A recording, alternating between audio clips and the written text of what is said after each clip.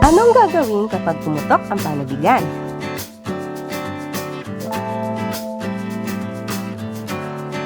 Paano malalaman kung ihi lang o pumutok na ba ang panubigan? Ano nga ba ito at para saan ba ito?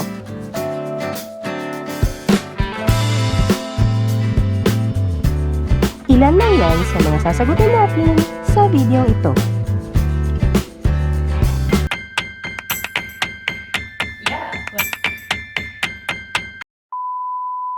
Hello everyone and welcome to Nanay Knows, a channel where we help pregnant women and new moms answer questions about pregnancy. Kung bago ka dito, please subscribe and click the bell button para maging updated sa mga bagong video. Let's go! Ang panubigan o amniotic sac ay isang supot na naglalaman ng tubig o amniotic fluid sa loob ng mga buntis na bumabalot at pumuprotekta sa ating mga sanggol. Nagbibigay ito ng proteksyon laban sa infeksyon. Ang pagputok ng panubigan ay isa sa mga posibleng senyales na ikaw ay manganganak na. Ngunit, dapat mong malaman na iba-iba ang karanasan ng mga nanganganak. Sa katunayan, 15 to 20% lamang ang mga kababaihan na pumuputok ang panubigan bago mag-labor o sumakit ang tiyan. Samantalang 80 to 85% naman ay maaaring pumutok ang panubigan habang nagle-labor o habang nanganganak. Ang iba pa nga ay yung tinatawag na en-caul birth.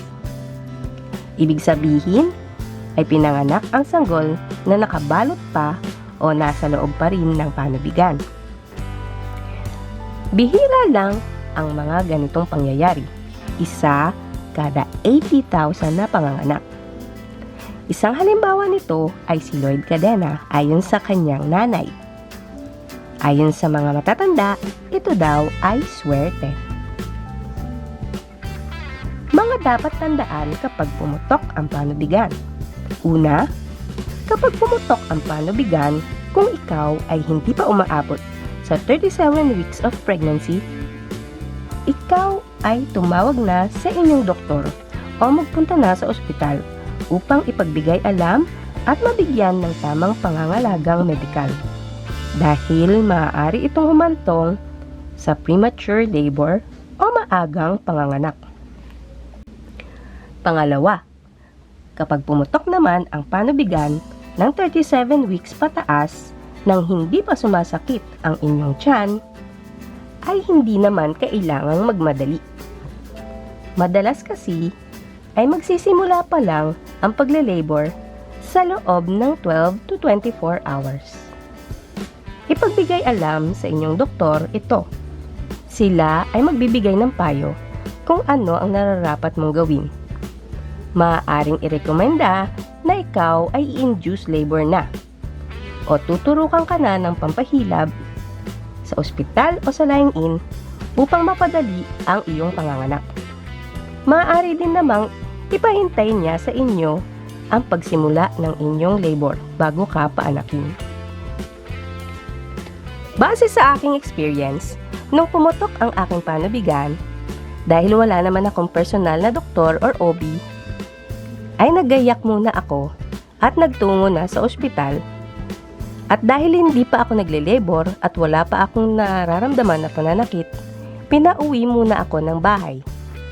At dahil ayokong magsayang ng pamasahing pantaksi, pauwi at pagpunta ulit sa ospital, ako ay nag-antay na lang sa labas ng ospital.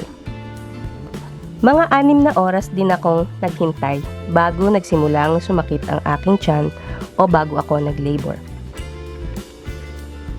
Pangatlo, kapag naman nagle-labor ka na at biglang pumutok ang iyong panubigan, kailangan mo nang magmadaling magpunta sa ospital. Dalhin lahat ng bag na iyong inihanda at lahat ng mga records at papeles na kakailanganin. I-share ko na rin dito ang isa ko pang experience. Naranasan ko din yung antagal ko nang nagle-labor pero hindi pa rin pumutok ang aking panubigan. Pumutok na lang ito nung malapit nang lumabas si baby. Mayroong ding tinatawag na amniotomy. Ito ay ginagawa ng mga doktor upang matulungan ang mga nanay na mapabilis ang pagputok ng water bag. Gumagamit sila ng device o tool para butasin ang iyong amniotic bag. Kung sakaling pumutok na ang iyong panubigan, take note sa mnemonics na ito. TACO. Ang T ay para sa time. Tandaan ang oras ng pagputok ng iyong water bag. Ang A ay para sa amount. Ito ay kung gaano kadami ang lumabas sa iyong puwerta. Hindi naman talaga natin masusukat ito. Ngunit banggitin mo na lang sa iyong doktor kung patulo-tulo lang ba ang iyong nararamdaman o may biglang lumabas na tubig sa iyong puwerta. Ang C ay para sa color. Alamin ang kulay na lumabas sa iyong puwerta. Normally, ang kulay ng amniotic fluid ay clear lamang. Kung green o brown ito, maaari itong senyales na nakadumi na si baby sa loob. Ang O ay para sa odor. Alamin ang amoy ng lumabas sa inyong puwerta. Usually, ito ay walang amoy. Ngunit sa ibang reports, may mga nagsasabi na ito daw ay manamis-namis. May mga nagsabi rin na ito raw ay medyo amoy bleach. Paano malalaman kung ihi lang ito? Kapag nadama mo na may tuloy-tuloy na tulo mula sa iyong puwerta, maglakad-lakad at pakiramdaman. Kung napipigilan naman ito, malamang ito ay ihi lang. Ngunit kung nararamdaman mo na tuloy-tuloy pa rin ito at hindi ito mapigilan, maaaring ito na nga ay ang iyong water bag.